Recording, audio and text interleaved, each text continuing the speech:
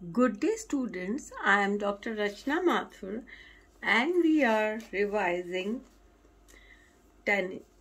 Tennyson. So, I am introducing you to the poem Ulysses. Ulysses was a legendary figure conceived for the first time by the earliest known poet Homer, who wrote the earliest two epics, Odyssey and Iliad. An epic is a long poem usually consisting of 12 books in which the adventure and achievements of the hero are described. Later, poets too have written poems about Ulysses to represent through him the tendencies of their age.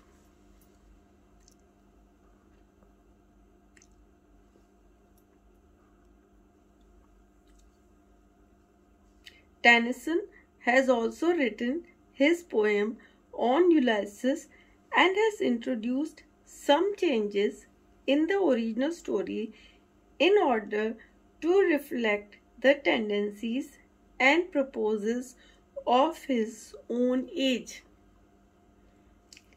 It is desirable, therefore, that the historical perspective is kept in mind while making a significant study of the poem.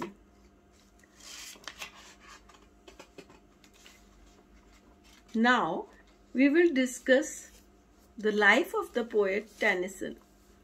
Alfred Tennyson. So students, please remember the name of the poet is Alfred Tennyson.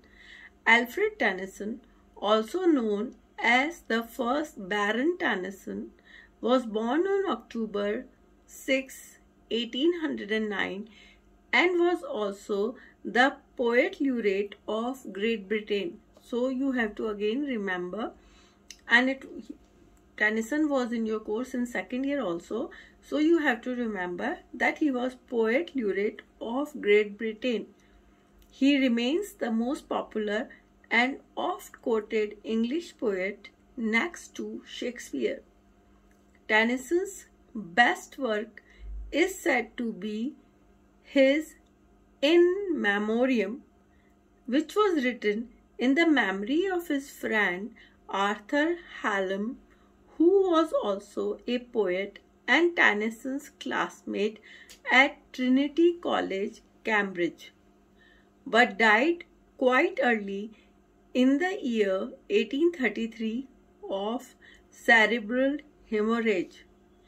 Tennyson is also known by his famous work Idylls of the King, written in 1885, which is a collection of narrative poems based on the life of King Arthur, and the Arthurian tales. Its subject has been taken from Sir Thomas Malory's tales about King Arthur.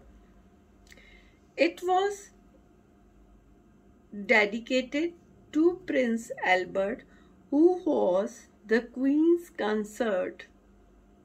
Earlier, it has been said that Tennyson is the most commonly quoted poet after Shakespeare, and some of his best quoted lines are: first, better to have loved and lost than to have loved at all.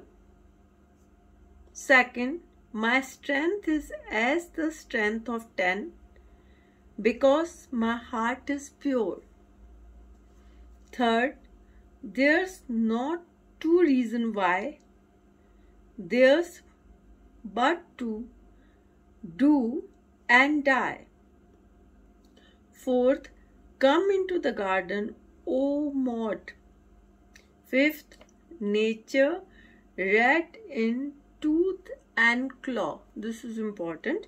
Nature red in tooth and claw.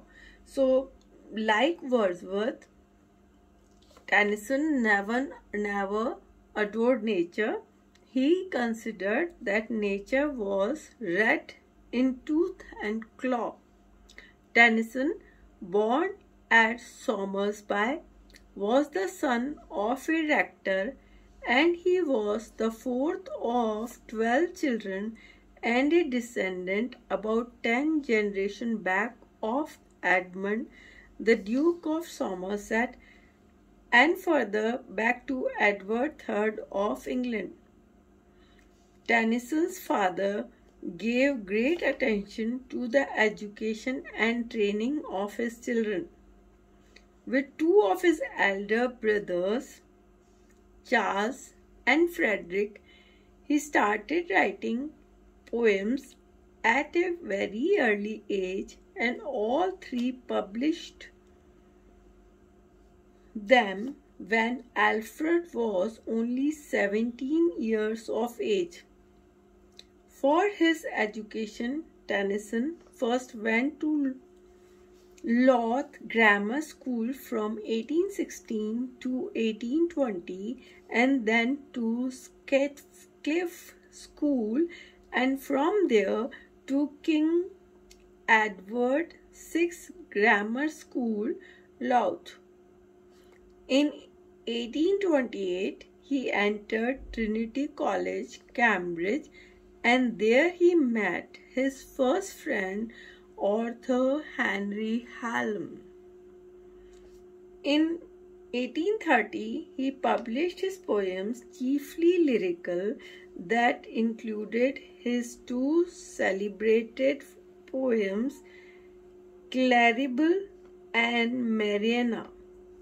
The verses soon became popular and attracted the attention of well-known literary figures, including that of S.T. Coleridge. In 1831, Tennyson's father died, and he was required to leave Cambridge to look after his widowed mother and the large family of children. His friend Arthur Hallam came there to stay there for some time and became engaged to Tennyson's sister Amelia. In 1833, Tennyson published the second volume of his poems, which was not well received by the public. In the same year came the news of the death of his friend Hallam, which proved a severe blow to Tennyson. In 1842, while living modestly in London, Tennyson published 2 volumes of poems, which included poems of such lasting fame as that of Locksley Hall, unquote, and Tithonus and Ulysses. In 1850, he published his best work, In Memoriam, which he dedicated to Hallam, and the same year following Wordsworth's death, Tennyson was appointed the Poet Laureate, the position he continued till his death. As a Poet Laureate, Tennyson wrote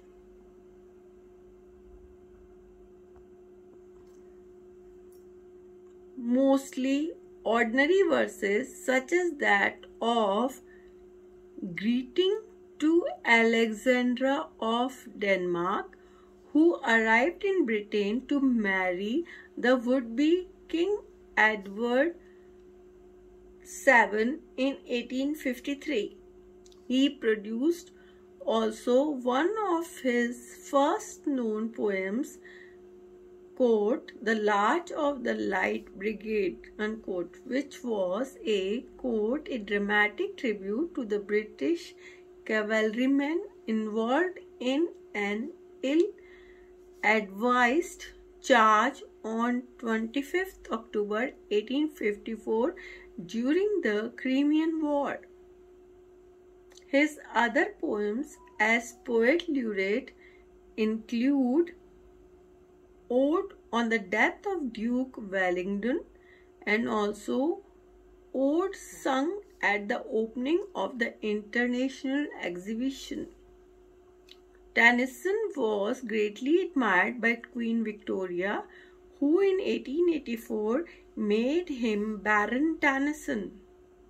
In 1883, he was offered a peerage, as a result of which he entered the House of Lords on March 11, 1884. Towards the end of his life, Tennyson wrote that his religious beliefs also defied conventions, leading towards agnosticism, and in memoriam he wrote that, quote, "There lives more faith in honest doubt, believe me, than in half of the creeds," unquote. I am repeating, "There lives more faith in honest doubt, comma, believe me, than in half of the creeds," unquote. Other lines indicative of his loss of faith are, "The churches have killed their Christ," Maud 1855, and in Locksley Hall he wrote, "Christians love among the churches, look the twain of heathen hate."